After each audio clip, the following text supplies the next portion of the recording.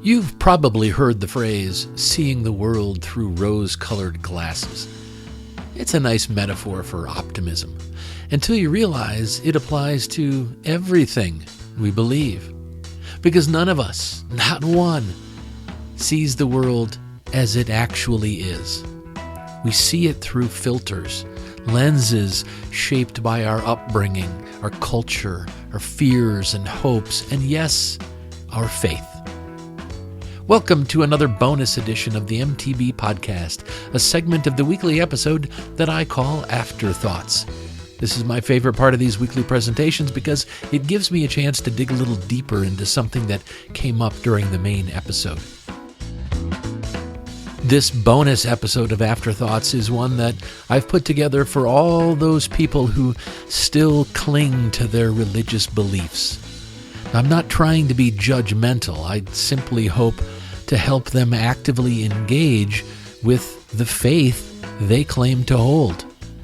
You see, the problem is that when a belief system becomes our main or our only filter, we stop seeing the world as it is and start seeing it only as we've been told it is. And that's where things can go terribly wrong, not just in religion, but in politics, media, and even our daily lives. In this episode, we're going to talk about what happens when faith becomes a filter, how belief systems shape our perception of reality, and how we can use three foundational human values, integrity, curiosity, and fairness, to see more clearly. So if you're ready, let's dive into this bonus episode of Afterthoughts. Let's start with a simple truth. Everyone believes in something. Even those who say they're not believers, they don't believe, well, they still believe in reason or humanity or science or love. Belief isn't the problem. The problem is what happens when belief hardens into certainty. Faith in its healthiest form is just trust. Trust that life has meaning. Trust that people can be good. Trust that things will work out in the end. In full disclosure, I spent 57 years as a Catholic, but I have completely deconstructed and now consider myself an atheist. However, I spent 35 years in ministry. I have a master's degree in pastoral studies. So I have a deep personal understanding of what it's like to live with a strong feeling of faith in God, and what it's like to hold beliefs that are aligned to a specific religion. See, here's the thing. When faith becomes an identity, when it becomes the lens through which everything must pass, it can trap us in confirmation bias. We start filtering out information that doesn't fit. And the tighter the belief system, the smaller the world becomes.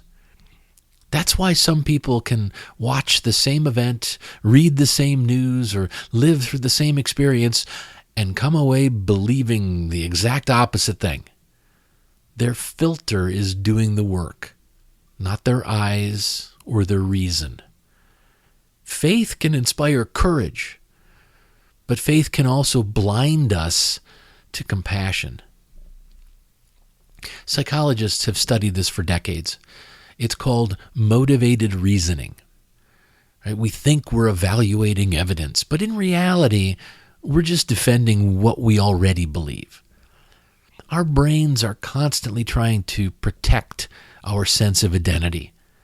Right? So if a belief is tied to who we are, a belief like, I'm a good Christian, or I'm a patriotic American, or even I'm on the right side of history, if that belief is tied tightly to who we are, then questioning that belief feels like an attack. And when someone challenges it, the brain actually triggers a threat response. Not curiosity, not reflection. It's a fight or flight response. This is why so many debates go nowhere. We're not arguing about facts. We're protecting our sense of self. Faith, when it's used as a filter, hijacks that process. It becomes less about seeking truth and more about preserving comfort. And ironically, that kind of blind faith is the opposite of what the great moral teachers, including Jesus, actually modeled. Jesus constantly questioned assumptions. He asked questions that forced people to think. Real wisdom doesn't hide from hard truths. It walks straight toward them. When I was in high school, my mom made me attend a high school religious ed program at our Catholic church. And I also started attending the youth group at the end of my senior year. I questioned everything. At that point in my life, I wasn't willing to blindly accept anything the church had to say. So if something didn't feel right to me, I was willing to question it and aggressively debate the church's position and teaching. But here's the thing. The youth minister never got upset with me, even when he didn't have a good response to my question or my challenge. In fact, I still remember one of the things he told me. He said, the people who just accept what the church says don't get it. If God really is the source of all truth, then the more you question, the closer you are to God. As far as he was concerned, questioning, right, seeking the truth, was the same as seeking God. Even though I no longer believe in the supernatural, I still appreciate the sentiment because I think it aligns with what I just said. Real wisdom doesn't hide from hard truths. It walks straight toward them. So let's talk about the first foundational value that helps us escape this trap. Integrity. Now, integrity isn't about being flawless. Integrity is about being honest with reality.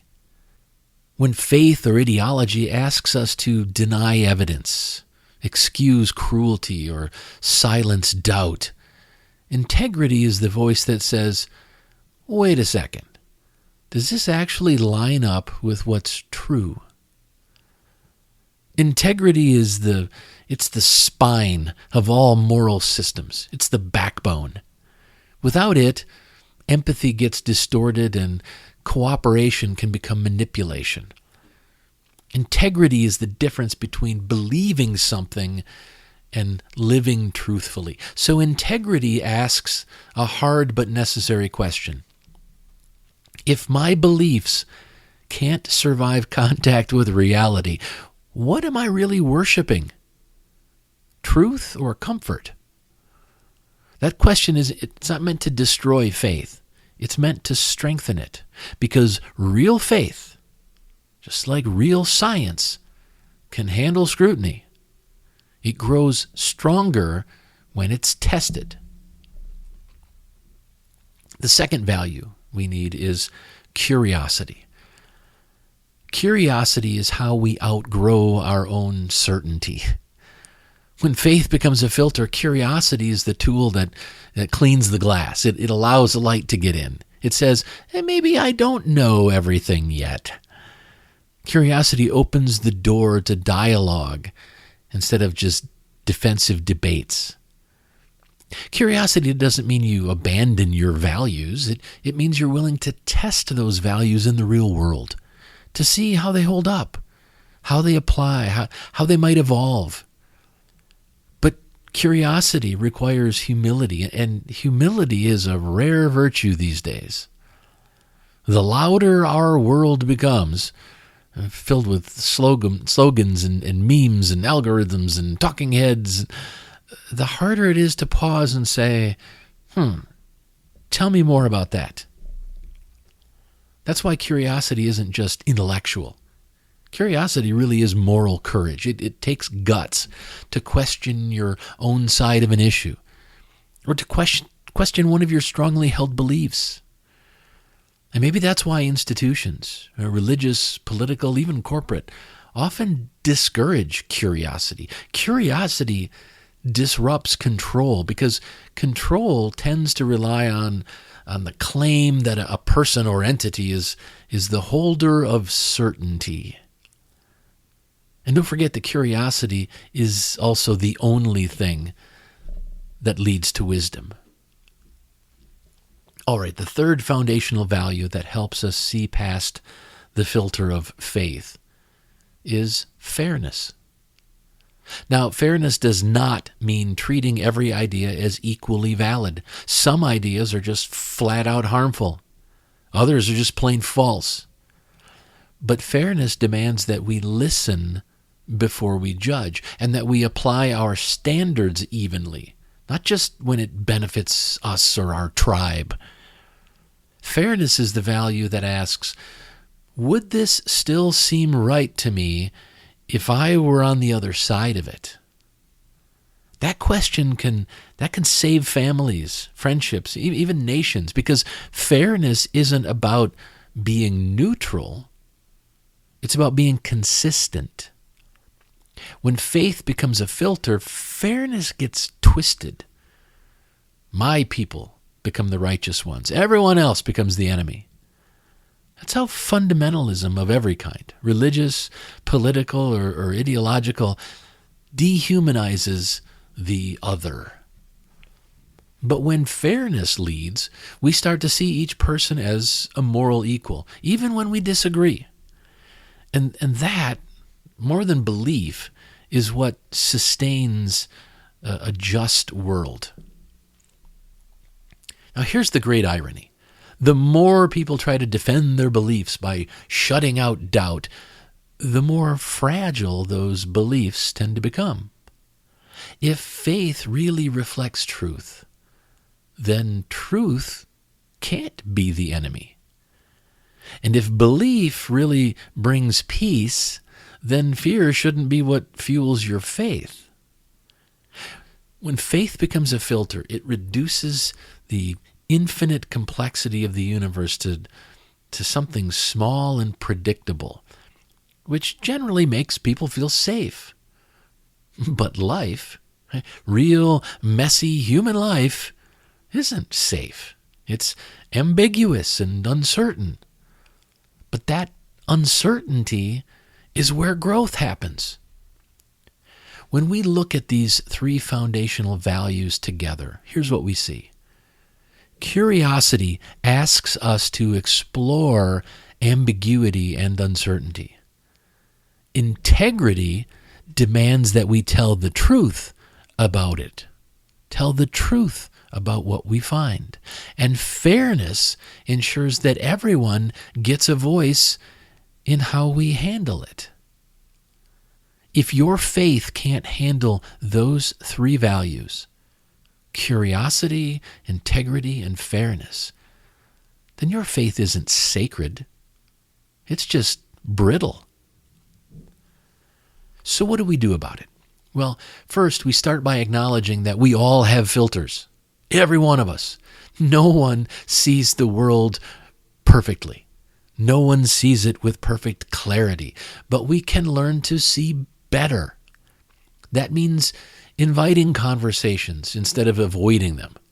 It means asking ourselves, what would I believe if I weren't afraid? And it means recognizing when our loyalty to an institution, a preacher, a political party starts to outweigh our loyalty to truth. Now, that's not deconstruction. That's maturity. Real spirituality, real morality, and real wisdom all begin when we admit that we might be wrong, and then care enough to find out what's right. When faith becomes a filter, it limits us. But I believe that when faith becomes a lens, something we can look through rather than with, it can help expand us. Belief then should be a bridge, not a barricade. It should lead us toward curiosity and fairness and integrity, not away from those foundational values. If your beliefs help you treat people with kindness, they help you face truth honestly and stay open to learning, then I would say that those beliefs are serving you well. But if those beliefs make you afraid of new ideas, or if they allow you to justify harm or silence compassion, it's time to clean that lens or get rid of it altogether, which is what I did. I firmly believe that if your faith causes you to fear questions, then it is not faith. It's control. And control, no matter how it's dressed up, is the opposite of love. So here's another challenge for you. Find one belief you hold, religious, political, personal, whatever it is. Find one belief you hold and give it a gentle stress test.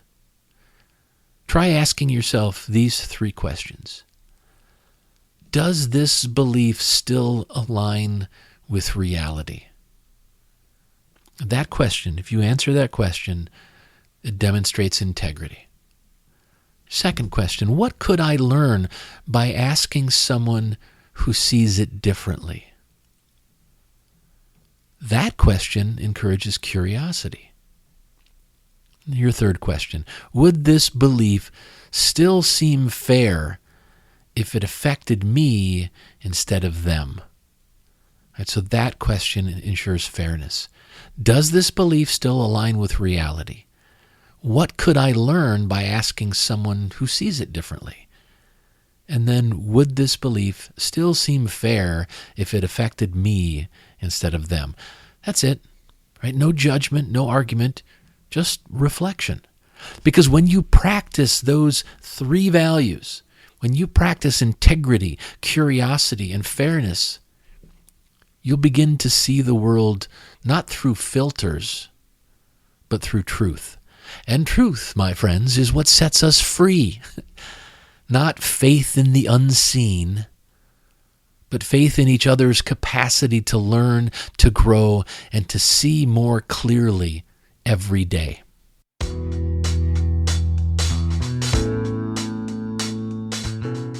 Thank you for listening to this bonus edition of Mythologizing the Bible Afterthoughts. If this episode made you think, share it. Not to preach, but to invite others to look a little closer at the lenses we all use to make sense of the world. Because clarity isn't given, it's cultivated. And the work of seeing clearly, well, that's sacred too. Thanks again for joining me for this episode of Afterthoughts. If you want to keep up on everything I'm doing, please head over to thecodaproject.com and subscribe to my newsletter. You'll get notifications whenever I publish anything, and I'll keep you updated on the weekly live streams of Mythologizing the Bible. Also, if you subscribe for free over at thecodaproject.com, you'll start receiving my publication called The Weekly Compass. This is a brief guide on a single core value. Think of it as a mini lesson plan for personal growth. It's perfect for families, students, and adults because I include discussion questions designed for each age group. Each issue centers on a short reflection about a specific core value, followed by discussion questions that are tailored for different age groups, from kids to college students to adults. And then a simple take action step, like a small challenge or exercise you can do to put that value into practice. Especially for families, it's designed to be an easy way to ensure that at least once a week, you're making time to talk about morality, ethics, and core values. To learn more about everything going on with the Coda Project, please go subscribe for free at thecodaproject.com. Thank you again for listening. Until next time, remember to question everything, keep what's good, and live what matters.